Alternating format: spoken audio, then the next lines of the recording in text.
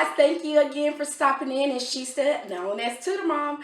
I just actually wanted to stop in and talk to you all about homeschooling and how to get started. So a lot of you, want to homeschool. If you did not, you wouldn't be here right now. But you're thinking about it. And one thing I want you to know is that you can do it. But there are key points that you need to hit before you make that decision. Now, homeschooling is not for everyone. It is not for the faint at heart. It is for the ones who truly are seeking a better route for their children. And I truly believe that not all kids need to be homeschooled. Then we wouldn't have this great society that we have. But if you are thinking about homeschooling, one thing I did, the very first thing I did was pray. Yes. Now, if you're not religious, it's okay. Meditate on it. Think about it. But it is something that you want to highly consider before you jump in.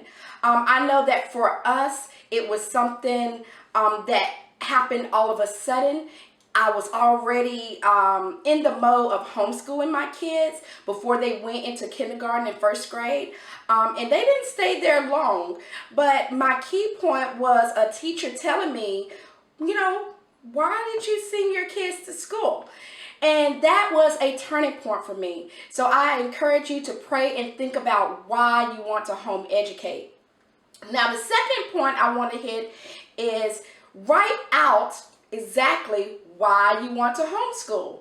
Now, you may think that sounds silly or, what's the deal with that? Well, here's the 411. If you don't write it out, then you'll forget exactly why you're doing what you're doing. And then when you have those times of being a little bit despondent and you're a little bit discouraged, guess what? You can look at what you wrote out from the beginning and go back and get encouraged. And that is going to be your most important asset in this, is you writing out, I'm not going to say a mission statement, but just writing out your reasons why you're doing this. Set it aside, put it on your refrigerator, put it in a notebook where you can get to it, because I promise you, you're going to have those times when you feel like everything is falling apart and you're messing up your kids, but you're not. Just stay encouraged. Now, the third thing I want to talk about is getting all the information you can in homeschooling. Now, in this world that we are in now, it's at your fingertips. You type it in, you bring it up. But here's the thing, so much information that you get overwhelmed. But if you kind of want to see how it is, read, and read. Read books, meet homeschooling families, go check out a co-op, do something that would give you an idea of what homeschooling could be in your family. Now, the next thing you want to do is register after you have made up your mind. Register with your local superintendent, with the Board of Education, or up under an umbrella school. Now, when I say umbrella school, I know that word may not be in every county, every town, every state. But one thing I know is that when you have an umbrella school, it's church related. And you may have a few that's not, but they're not up under the same homeschool laws as everyone else is. And how do I describe umbrella school? Well, if you're out in the rain, you want to have protection from that rain. What kind of protection do you need? You need an umbrella. So that umbrella school is going to shield you from the rain of those who may tell you you can't do it, may tell you you need to go through A, B, and C when you really don't have to. So register with your umbrella school or your local superintendent. Now, after you figure out what it is you want to do, search for your curriculum for your children.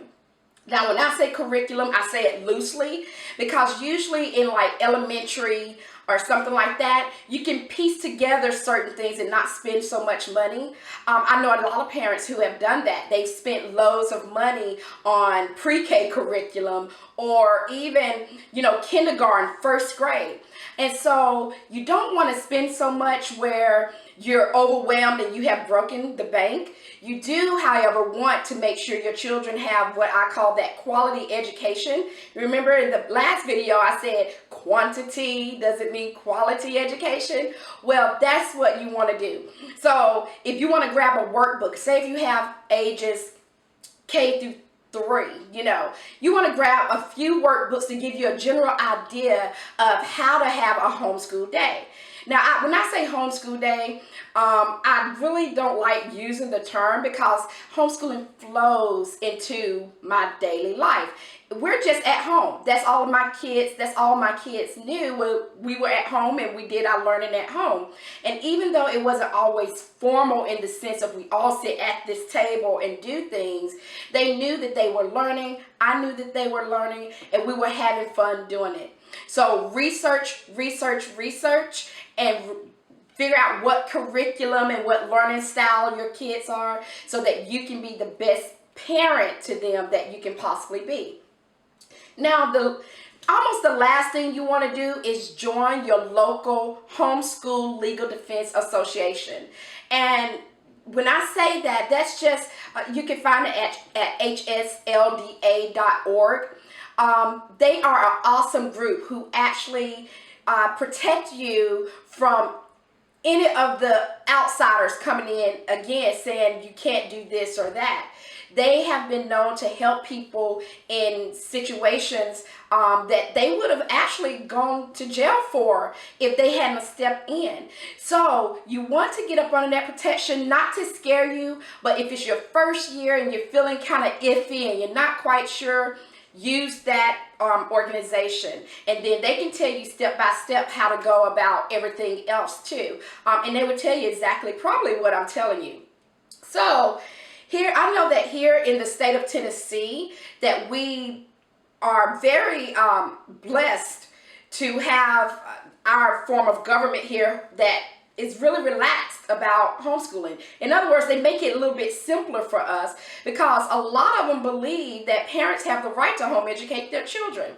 I believe that, and I know a lot of other parents believe that no one has the right to tell you what to do with your child as long as you're not doing anything illegal. So here in Tennessee, we do rally a little bit because we want to keep homeschooling front and center, but we don't have a lot of regulation in the sense of we have a fear of doing the wrong thing. So, but I do know in other states, they're a little bit more rigid. So you want to make sure you follow all the guidelines of your state. And if you have questions, ask someone.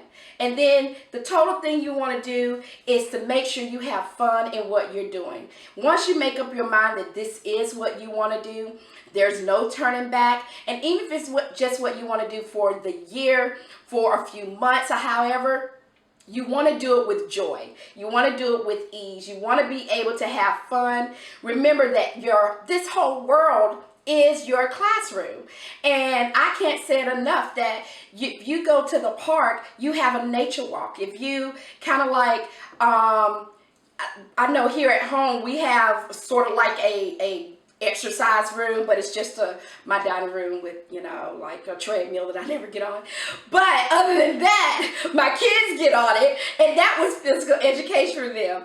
So as you can see, you can kind of speak education needs in a sense of, getting around certain things, but have fun in what you do. Have a great time. Enjoy your family. Remember that home is the most important part of homeschooling. You want to make sure that your home is what you want it to be. So, if you are thinking about homeschooling and if you have made up your mind, I am proud. If you haven't, that's okay. There's no condemnation. Trust me. It is a big decision to make. Well, thank you guys for everything, and thank you for tuning in. And don't forget to LCS. Like, comment, and subscribe. Thanks. Bye.